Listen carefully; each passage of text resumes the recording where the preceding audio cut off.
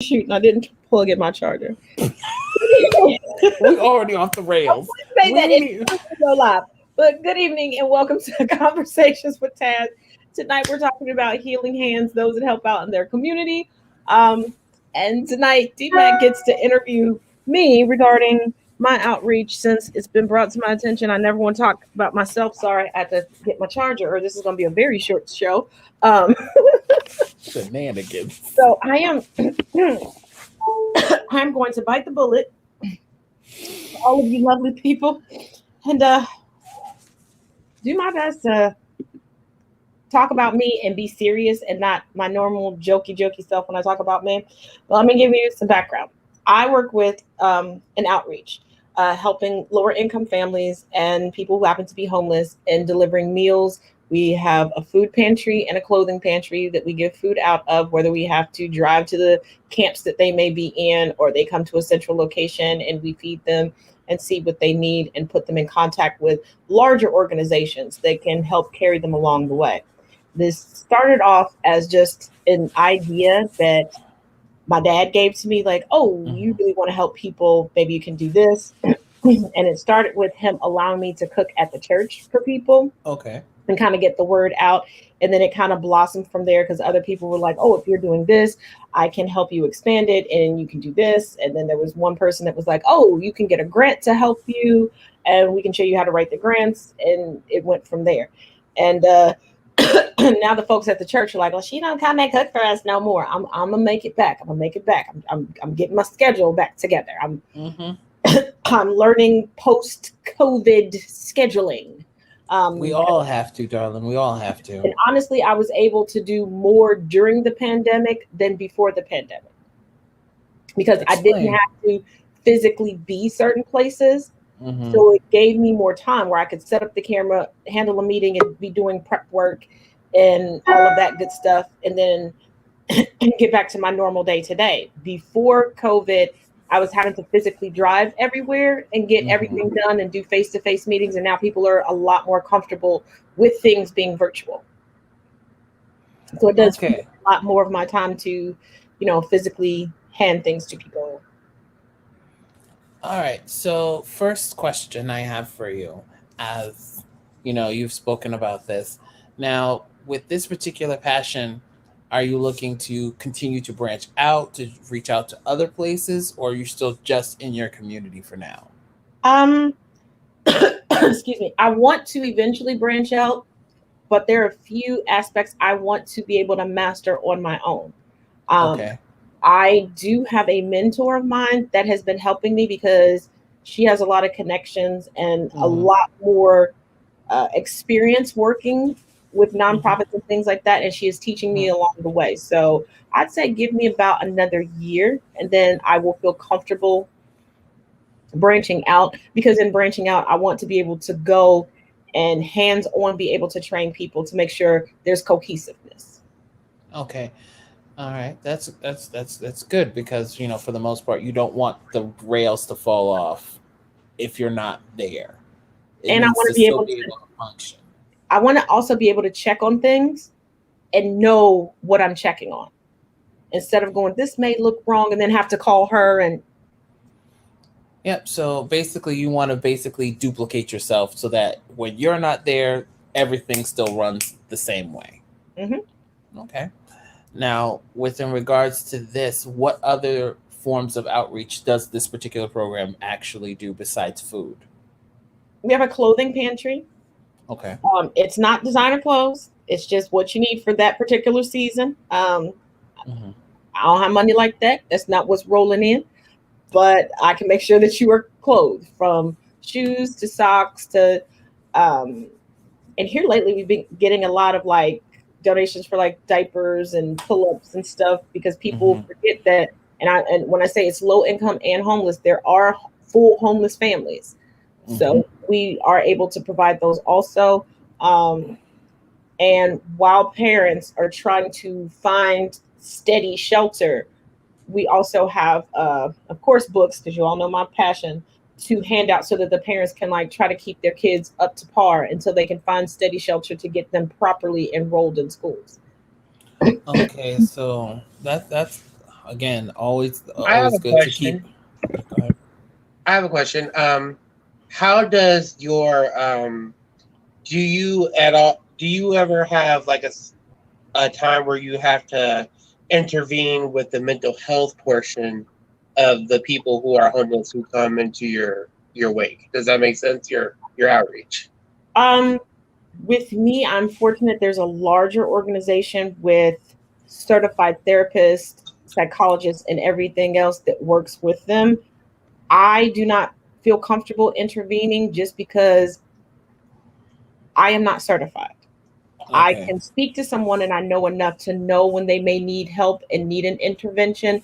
But as far as me being able to provide proper care and the people who volunteer with me, we just refer them and we have particular numbers where we can call and they usually get there within 5 to 10 minutes. So it's not a long wait time. Okay. And we go from there to do that. Just because if I may know a lot of things, but if I'm not properly certified, I don't want to accidentally cause anybody else any more trauma or damage. Okay, so I have maybe I should be more inclusive with my question. Do like say someone were to come to you while they're at your outreach, right? And say they're having trouble with their medicine or whatever. Like since you say you do not deal with it personally, do you at least give them the information so that they can get themselves help? No, Or let somebody know? we have a set of numbers.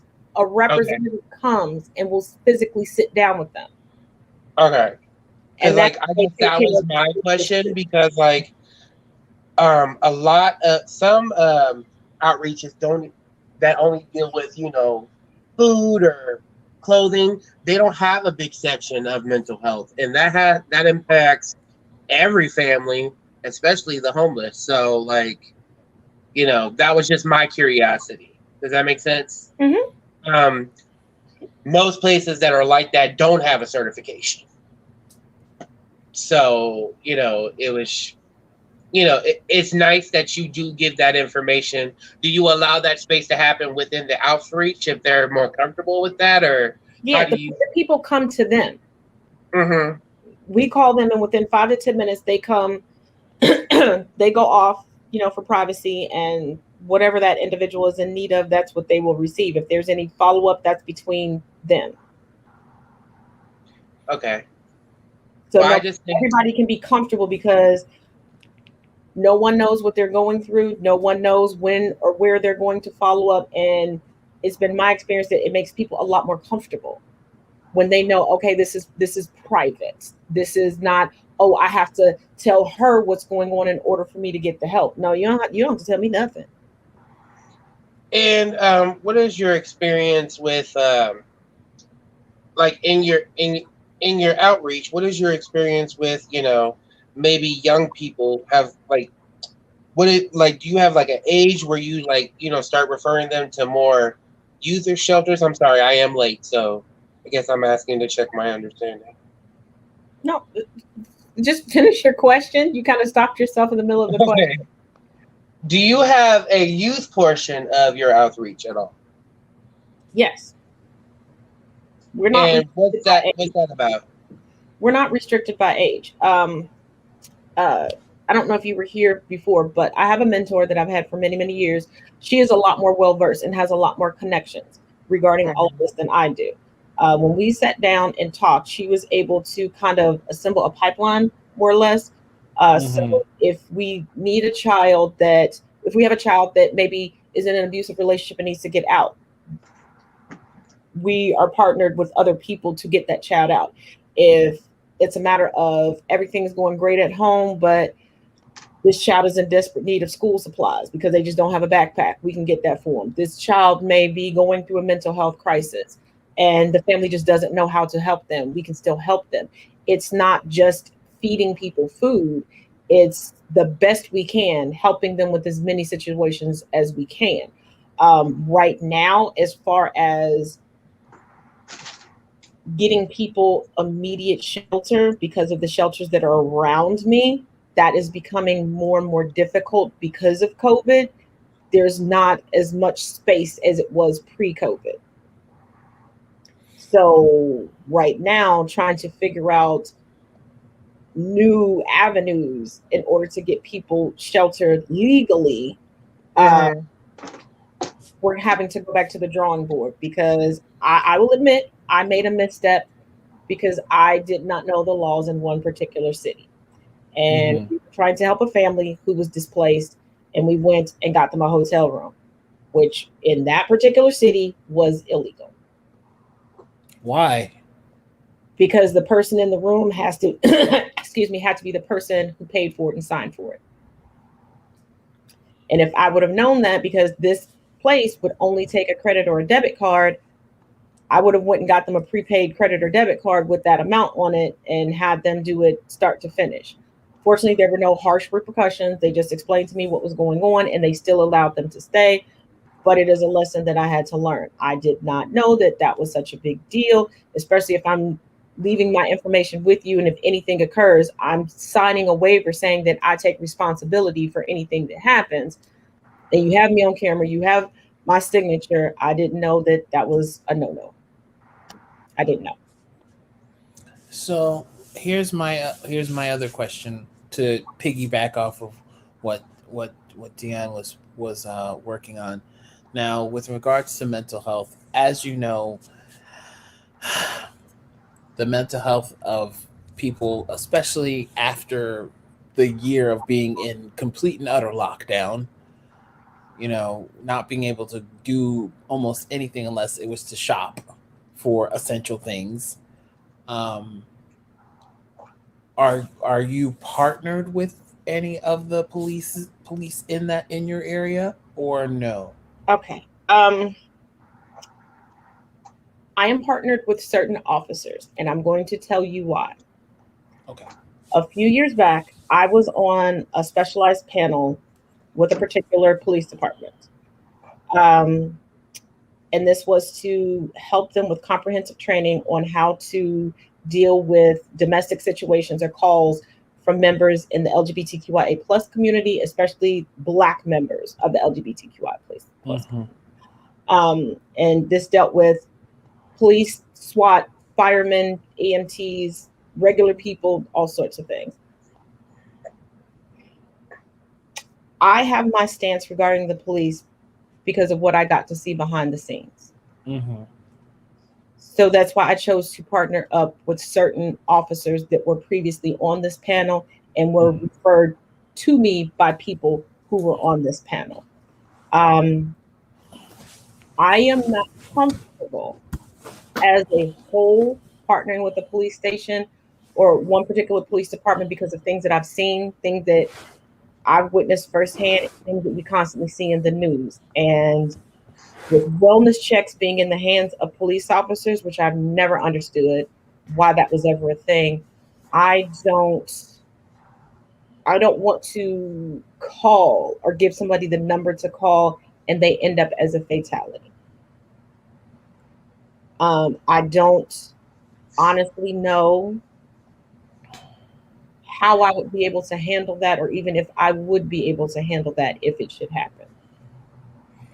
Would you be comprehensive to be working on a plan to make it a known thing to reach out to, say, your organization that has therapists on call instead of calling the police? We do. And actually, one of the officers I use is married to one of the social workers that works with me. Handy. So it's great. When I have to call them, it's like one-stop shopping. I hate to say it that way, but it is. But sometimes we do need to physically call. We need to actually call an officer because there have been people who have been harassed because of where they could find a place to sleep that night. And somebody just wants to mess with them where they haven't bothered anybody, but we do need an officer to show up. But I need an officer that understands this person's plight. I need an officer that's not going to just try to arrest them or, I'm sorry to say it, but it has happened, lay hands on a person and get brutal. Because I know there are some people who are mentally ill who also have that what's the name of that one? It's the one where they don't like to be touched, and if they are touched, they get physical. And I can't remember the name of it right now to save my life. Oh, a lot of autistic people are like that, where they don't want to be touched. A lot of people on the spectrum don't like to be touched. And see, that's my thing. And well, it's my show, so I guess I can plug another episode. But next week, we will be discussing how to go about removing wellness checks from officers. And I'm going to have on the young woman who brought me onto a panel where we're working on legislation to take that out of the hands of the police. And that will give everybody else a greater sense of calm, because mental health should not lead to your arrest. Mental health should not lead to your death. And that's something that I am very leery and very cognizant of. And I don't want it to happen. And once again, my goal is not to further traumatize anyone. And if I feel that putting someone before someone that could possibly be triggering, I won't do it. Now, does it frustrate a lot of people in my family? Because I will admit, there are times that I'll get a call or whatever, or somebody will say, hey, they're running them off from this space. Will I go? Yes. Should I always go at that time of night? Probably not.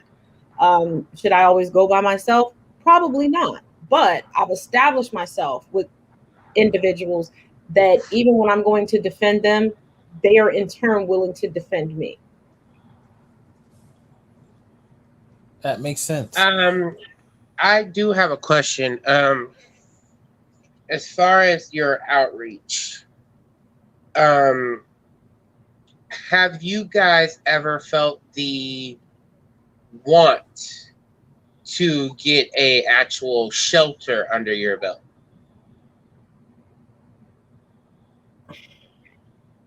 If we could find the space. Just because the area that I'm in, there are a plethora of shelters. And someone that I met, I'm going to sound like an old lady, about 20, 25 years ago, started an organization where they have a building where there are rooms that they bring homeless people in as they become available. A certain amount of time where they help them find a job, find, permanent residence and everything else, which is great. But in my area, the red tape you have to go through, the amount of time that it takes, it's just easier and better to just partner up with those that have already gone through it. And I am learning that while you're going through that process, you may not be able to continue partnerships. So if I started the process, where does that leave the people who need the shelter? Right. I no longer partner with anybody, and I don't want to be on some sneaky stuff and get shut down, even though my heart's in the right place. Right. And what I always had in mind, this individual is already doing, they're doing it very well. Hopefully they will be able to expand soon. So I'm like, you know what? He's mastered. He's got it down pat. That's his thing. We will just high five and help each other out. I mean, work smarter, not harder. Yes, and we already know my schedule is crazy as crap anyway. If I were to take on something like that, baby, I couldn't even promise y'all that I would be able to visit in proper intervals to make sure things were running properly. Let me just be real. And excuse me, sometimes our hearts can be in the best place, but as you all know, I'm learning. Sometimes you have to say no to certain stuff, even though it's on your heart, because you may not be able to dedicate the proper amount of time to make sure it's working properly. Because it's no good for me to say, hey, I want to help people less fortunate, but I can't do any checks. I can't make sure inventory is good. I can't make sure nobody's being abused. I can't do proper background checks for volunteers. Like, if I can't do that, then I need to step away and let somebody else step up. No, that's right. Because if you do that, you're splitting yourself thin. And then what use are you? What use would you be if you're splitting yourself in so many different directions? You don't know if you're coming or going. Yeah, because trust me, I would love, since a small child, I have had this dream, and I've realized realistically, I've had to alter what my dream was to be able to like get buses and just go pick up people and take them to shelter. But making sure you have proper drivers and all this other stuff, I Mm-hmm. don't have the time at this point to ensure safety because, and not to be funny, not to be shady, I don't want an Oprah school incident where the heart was in the right place, but all the wrong things were being done. And I'm not talking about like my name or reputation. Screw my name, screw my reputation. I'm talking about people's actual physical lives. Because when certain stuff happens to you, you may not ever recover from that. And I don't want that. If I can't do checks and balances, even if it's on my heart of hearts, I can't. Now, if some way, somehow I strike it like Jeff Bezos rich, oh, it's going down. Then I can afford to hire all my friends and my family because I know I can trust them and we can work it out. And everybody can have a comfortable salary to be living comfortable lives while we still help change the world. But until then, I got to do it how I do it. And trust me, if I ever get Jeff Bezos rich, y'all know the phone call I'm making. Like, guess what we doing? What's your address? You getting a check? You getting a check? So my other question for you is, seeing as how you've branched out to doing more than just food, you're doing clothes, you're doing mental health outreach. Um, with that, are you also working on having to do with just educational outreach? Because as you know, we've been a little lacking in the education department when it comes to America. Yes. That's where my free online classes come in. Yes, I do teach otherwise, and y'all have to pay for that. And I try not to tell people where I teach at because y'all not about to be trying to do like y'all did to two of my brothers this week, trying to call their jobs and get them fired because my brothers are nicer than me. But that's why I do the free classes. But actually, tomorrow I have 2 meetings to talk to some people around me to see if now that we're getting vaccinated and certain things are being lifted, if I can go into some community centers and do some free classes there also. I mean, you were in one of my classes tonight. I mean, is that something I'm good at, or should I just let it go? No, I'll say this. Tell the truth. I came in at the tail end. So as you know, I was working, and yes, I know, I need to work on my other thing too. I got it. I get it from her. I get it from you. I get it from everybody. You were thinking it. I actually wasn't. Yes, you were. For once, I wasn't. Honestly and true. For once, I wasn't. I really wasn't. I'm on your side on this one. He felt me thinking it. Yeah, you felt him thinking it, not me. One of yous. Anyway, but no, the reason I say that is because again, a lot of people are still clinging, because I don't know if you guys have heard, because I follow this dude on YouTube who does fantastic, like Double D Mother, fantastic. I don't think anybody's as good as Double D Mother. I mean, just I'm biased. I'm sorry. I admit it. I know you are. I'm aware. Yes, go ahead. Go ahead. But no, he does. He also does political. He does more political commentary, where she does like all over news, like overarching news commentary. His realm is all political news, and he keeps up with it. And he's a rapid fire. So the orange douche nugget is at it again, and he's trying to distract people from his multiple cases that he's getting from multiple different states. Saying that he's going to be back in office by August. Yeah, and he's hitting the campaign trail again with people. And we know when he hits the campaign trail with other people, he's really talking about himself. And now I really, really, really get why. And you know what? If y'all don't follow Double D Mother on TikTok and on Twitter, But let me quote her for a minute. I'm quoting her. This is why she calls him Frumpy Dump. This is why, because he be on some bullshit. If he keeps acting like he doing, the perfect name for him, because that's what he does. He no brain cells. Why do you think why do you think that? I'm surprised that woman has not filed for divorce, because I know I would have. She renegotiated her prenup. That's why it took her so long to move into the White House. Oh, I'm sorry. Them wonton tacos is hitting you, girl. But we've gotten off topic. Let's get back on. So, like I said, with education, we still have a long way to go. We still have a lot of things that a lot of people are honestly miseducated on. And I'm glad that you're doing some free classes to kind of subjugate that. But would you like to make them bigger so that you can reach more people? I would love to. I would love to.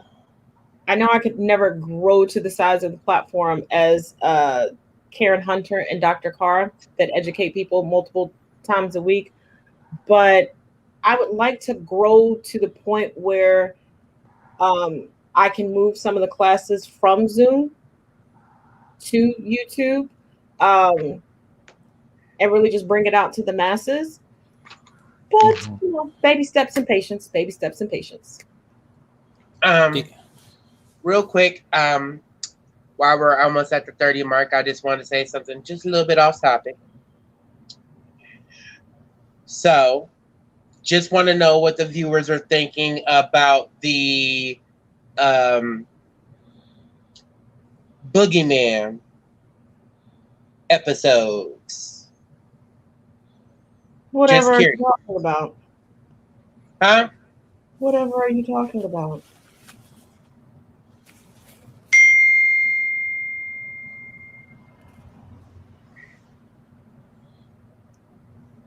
Well, I don't know. What was I talking about? You said the Boogeyman episode, so what are you talking about? Well, I'm just wondering, how does everybody receive the Boogeyman episode? And I just wanted to say one last thing. You're a philanthropist, a activist. Are you a former model, or are you getting back into it? I never stopped. Okay. So I'm just wondering, as an aspiring boogeyman, why don't you show up when we call your name 3 times? Because I ain't got time for that shit.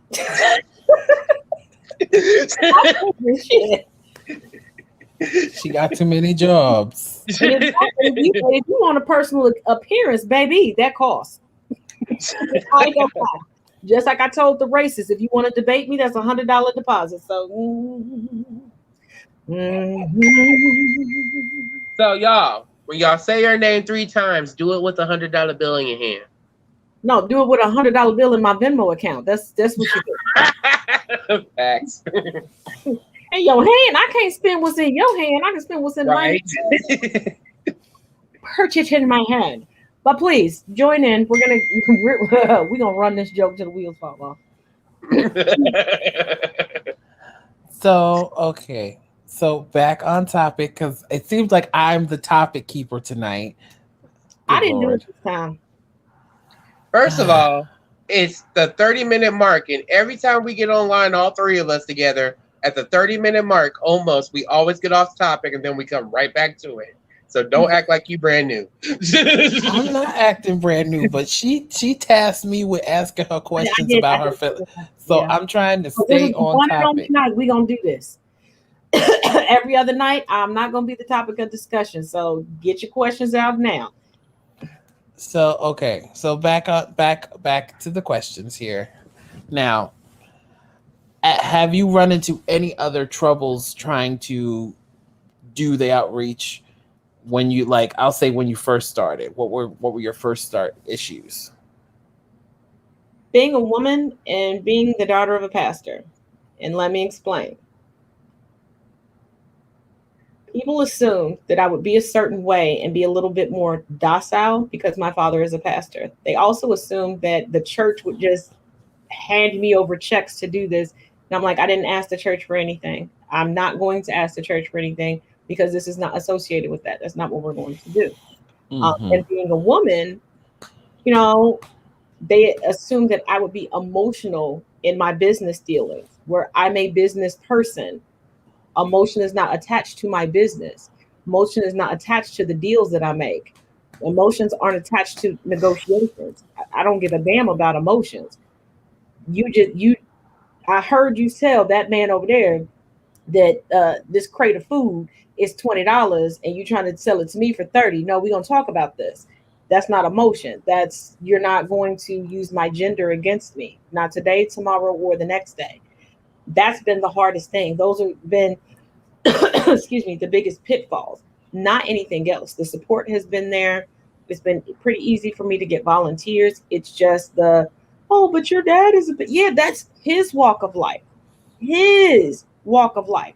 That ain't got nothing to do with me. I'm just a heathen. Okay, I'm just a nice heathen at times. I'm nice. I'm the neighbor of nice. Okay, I just got a good heart. But I'm tired for a reason. Shit.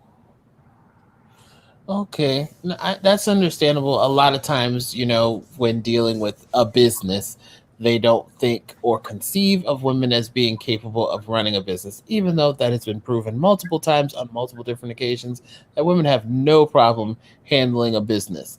But we're not going to go there. That's a different discussion for a different day.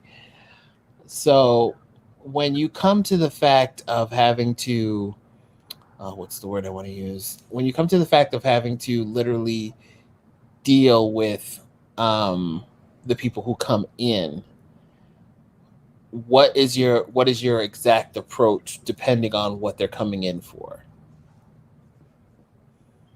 I don't really have a set approach. I'm just me. Oh no, I'm just saying.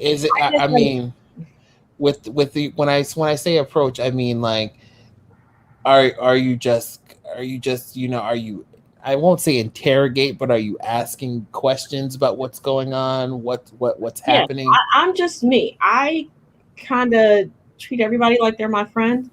Like they come in, I smile. Hey, what's going on today? What can I help you with? What do you need? Like, sit down and talk to me.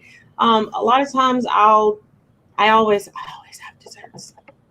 I love making donuts, so I generally always have donuts with me. Like, hey, sit down. Let's talk. Let's talk about this over a donut. What's going on with you today? How are you feeling? Like, that's my approach. It's more conversational. I'm not comfortable because obviously they showed up because they need help. I'm not comfortable sitting down feeling like it's an episode of Law and Order SVU. Like, what are you here for? What's your mama name? What's your daddy? That's just not me. I know other organizations do that. I don't. That's just not me. And I've learned that when you sit down and have a conversation with someone, you learn a whole lot more than when you just ask them questions. It's no different than what I tell people when they're out trying to date. Asking questions, and I hate to say it this way, but it gives people the opportunity to lie to you. But when you're having a conversation, excuse me, the mind relaxes and the truth comes out.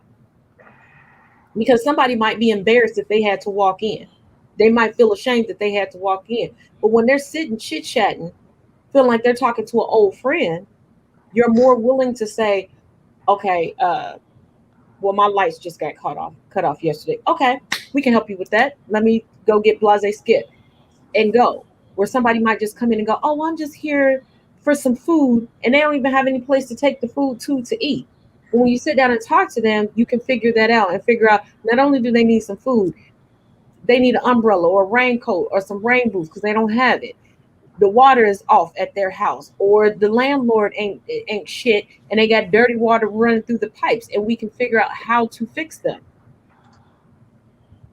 Yeah, no, because I know a lot of people, especially when they go into a shelter, like you said, they literally just get the bandit list of questions, and that doesn't turn out to be what they actually need. They really need somebody who's going to, as you said, sit there, have a conversation, and actually do the work to get to the root of the problem instead of just trying to attack the problem. Just you ease into it and be like, okay. As when we are able to expand, that's why I want to go and do the hands-on training to teach people like, no, don't sit down and interrogate. Sit down and have a conversation. These are still human beings. And that conversation that they have with you may have been the only real conversation they've had all week.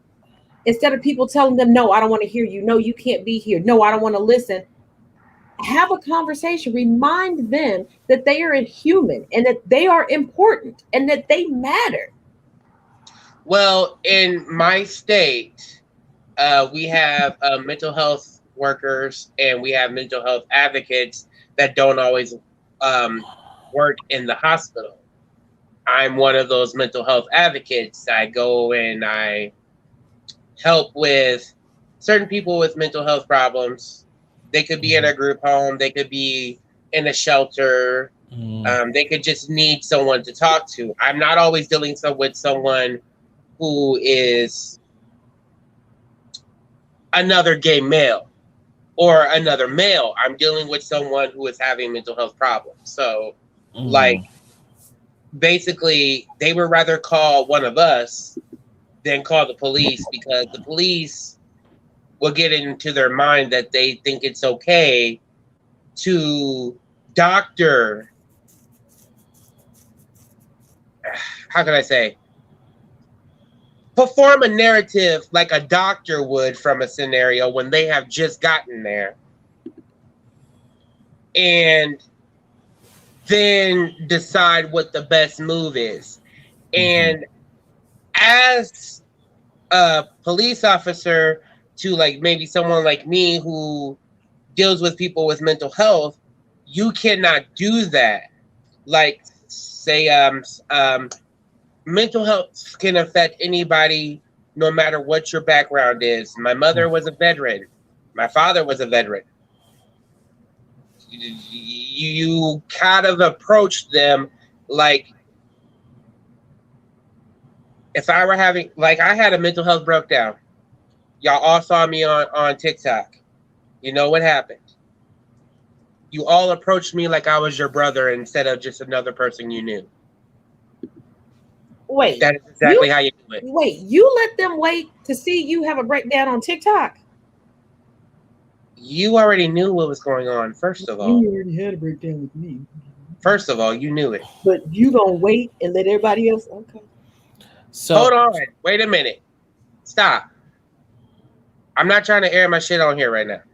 I'm trying to say, like, to stay close to the subject at hand, you cannot go towards someone with mental health issues and treat them like they're just some stranger on the street.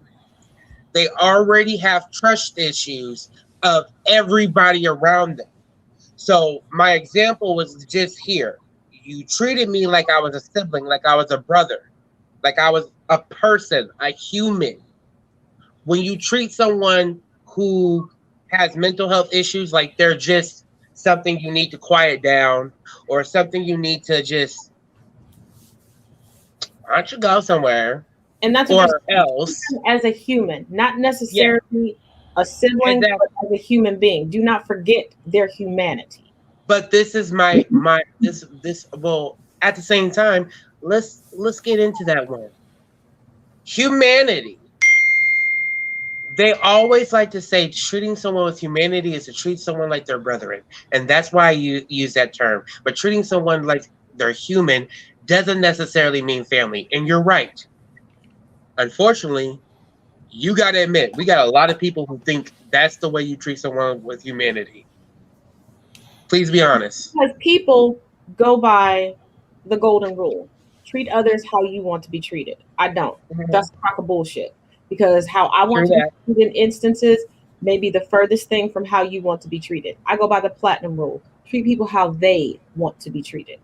And the only way you know how someone wants to be treated is when you talk to them. If you want to be treated as a human being, you must treat others as a human being. Does that mean that every interaction is going to be a kumbaya moment, that you're going to agree with everybody? No. But that should not take away, excuse me, you treating someone as a human being. And that's what people need to get a mindset up. Just like people watching and you all have said, and you always commend me on how I handle people online. I can disagree with you. You could have made me very upset. You could have hurt my feelings in what you said or what you did. But we are still Okay. two human beings. So I'm going to address you as a human being. Now, if you show me to not be a human being, then yes, I will treat you accordingly. But someone's social standing, how much money somebody has in their pocket, the size of them, their gender, their sexuality does not increase or decrease their humanity. I do not care if you are the janitor at the company or the COO. You are still a human being to me. I don't care if you get 2 pennies in your pocket or $2 million in your pocket. You are still a human being to me. You still matter to me. Yeah, Unless you so belong to the KKK, I ain't even gonna lie. I can't fuck with them. I'm not going to treat them with respect. I'm not gonna sit up here like a damn hypocrite. If you fuck with children or you are a card carrying member of the KKK, I give zero fucks about you. Y'all can judge me how you want. I said what I said and I feel how I feel. I'm not going to lie or be hypocritical. But everyone else on the planet, we can disagree all day long. I am still going to give you respect, and Deshaun can tell you this from experience. We didn't exactly hit it off that great when we first met. Not at all. I did not disrespect him. I'm just kidding. But I was very disrespectful. I was loud too. So y'all gonna get to see me whoop his ass on July 4th. It's okay. I got my guns and everything ready. I don't give a shit. I got I mine. know. So I know. to Break it out. piggyback off of what he was talking about, do you see a lot of veterans come in who have also been made homeless? Wait a minute. I want to comment on that. Hold on. Before you Hold on. Because this, as much as people within the United States claim that they love the military and they act like they are so obsessed with veterans, they just see veterans as a pawn. Because the amount of PTSD, the amount of neglect, where these people have full families with homes and everything, but they claim that these veterans that they want to use as excuses for their bullshit, they kick out of the house because they can't handle driving them to an appointment or dealing with them in the middle of the night should something trigger them. The amount of people that are not without homes, that are malnourished, they come in with welts and bruises, is enough for you to give up on self-proclaimed patriots. Because how can you say that you love the military, but damn near every day I'm getting a call, this ex-military person needs this help, needs this, needs that, needs the other. And they're going, well, I let them live with me, but you're not giving them food. You're not getting them to appointments. You're complaining because they may wake up 2 or 3 times a week because something triggers them. Or they go, well, they can't be in the house because when it storms, they go berserk. Okay, well, you might not have been in your house if they wouldn't have went out and did what they did for you. They didn't go asking and looking for trauma. They were lied to when recruited, and that's how they got the trauma. And now you're doubling down on the trauma.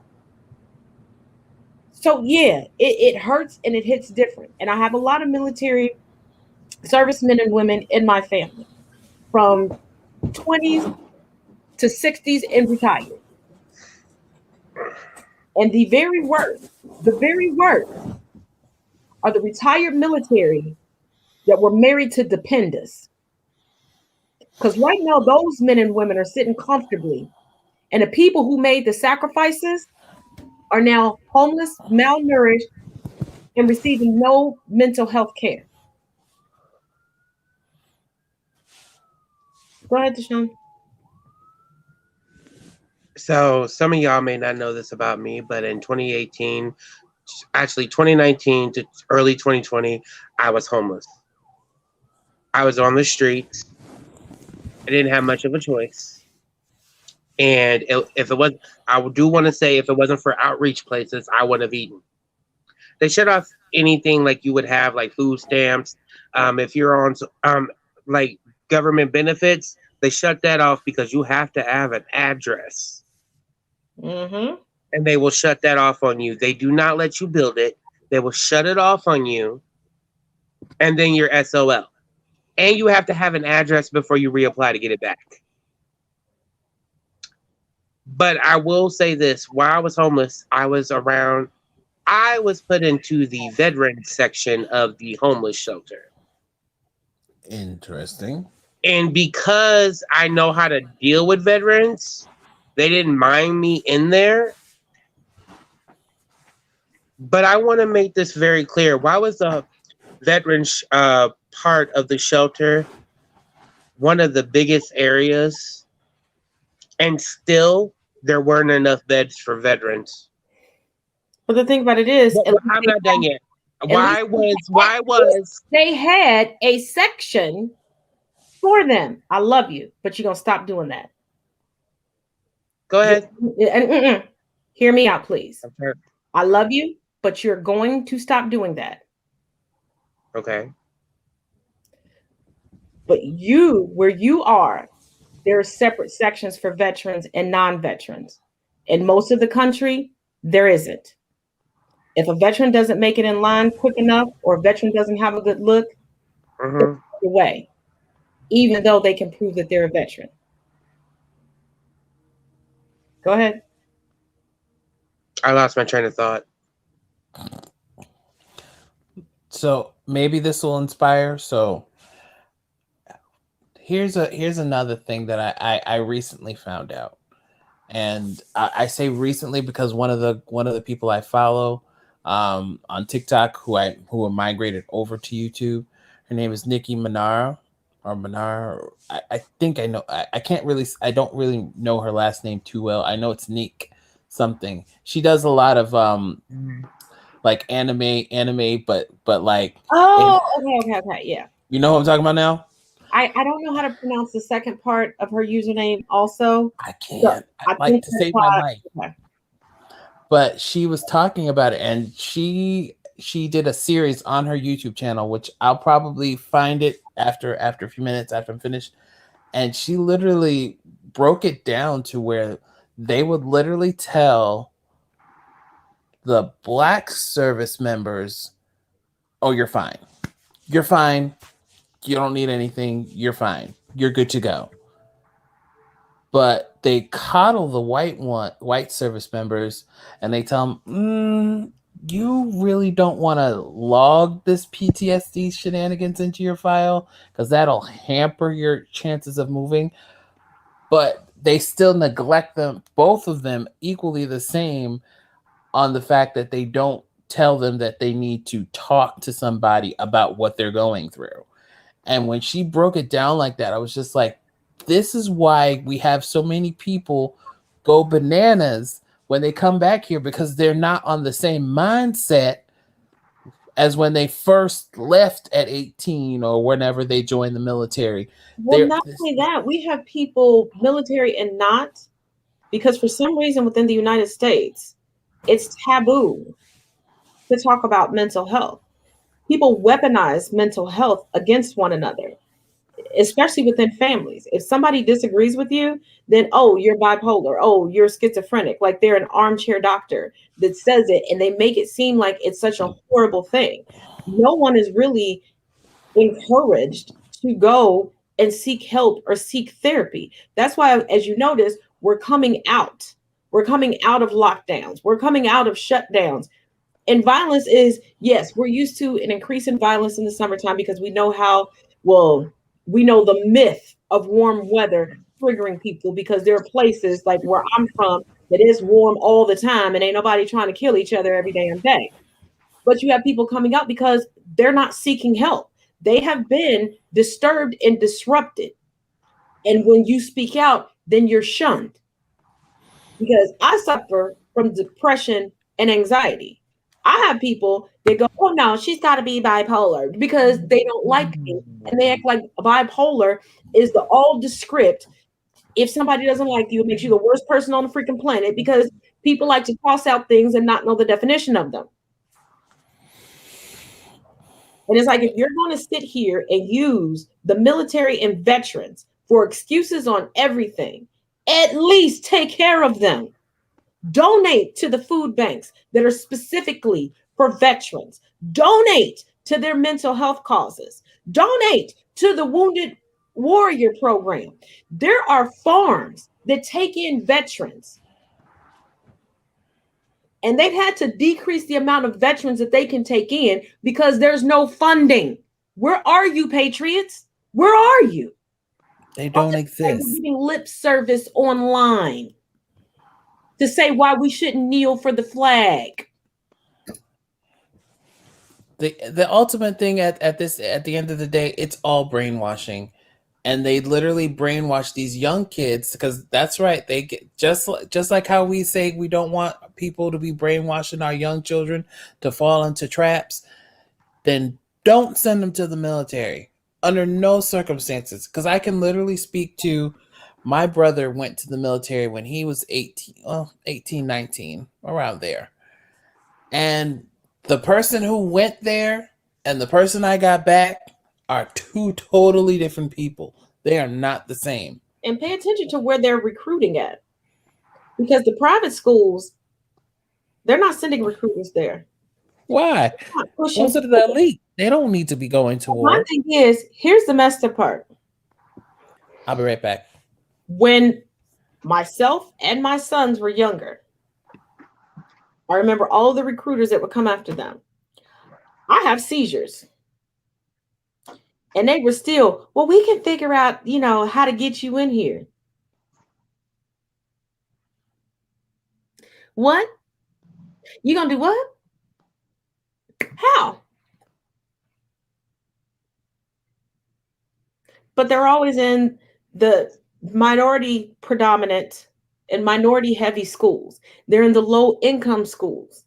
And they will keep pushing and pushing and pushing and promising you can go to college here. You can make a livable wage here, as if that's the only way, if you're Black or brown, that you can make a way.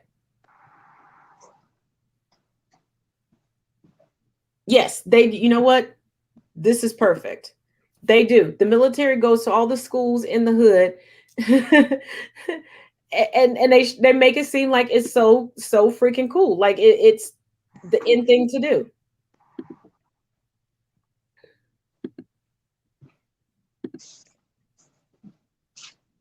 They make it seem like it's just fun and games, like it's a video game. Like you can live out your favorite video game, but this is real life that affects people.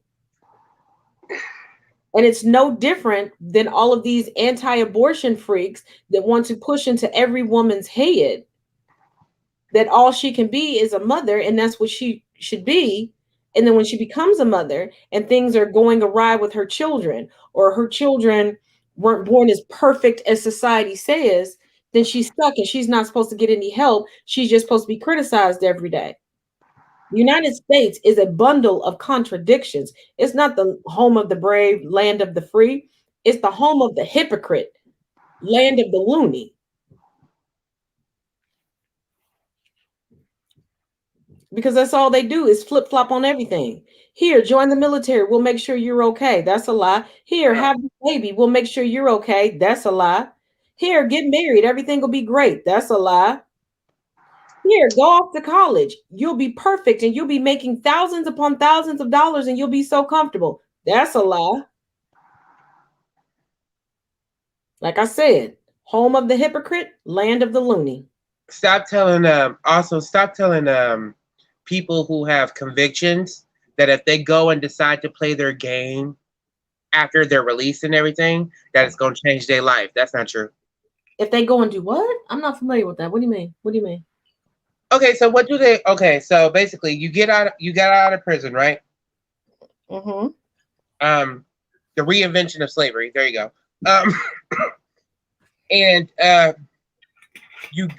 And you go to school. You you get you a degree when you get out, or while you're in. You play their game, most likely when you're out, and you get yourself student loan debt. You're still in student loan debt. You're still guilty of that conviction. And they say if you go and play the game you're supposed to do before you got in trouble, as in go to school, graduate from school, go to college, graduate from college, excel, that you're going to be okay, right? I'm living proof that is a guise that is thrown over your eyes, and it's bullshit. Just like Taz said, it is utter bullshit. I sit before you with 3 degrees, and I still struggle to get a job. Think about that.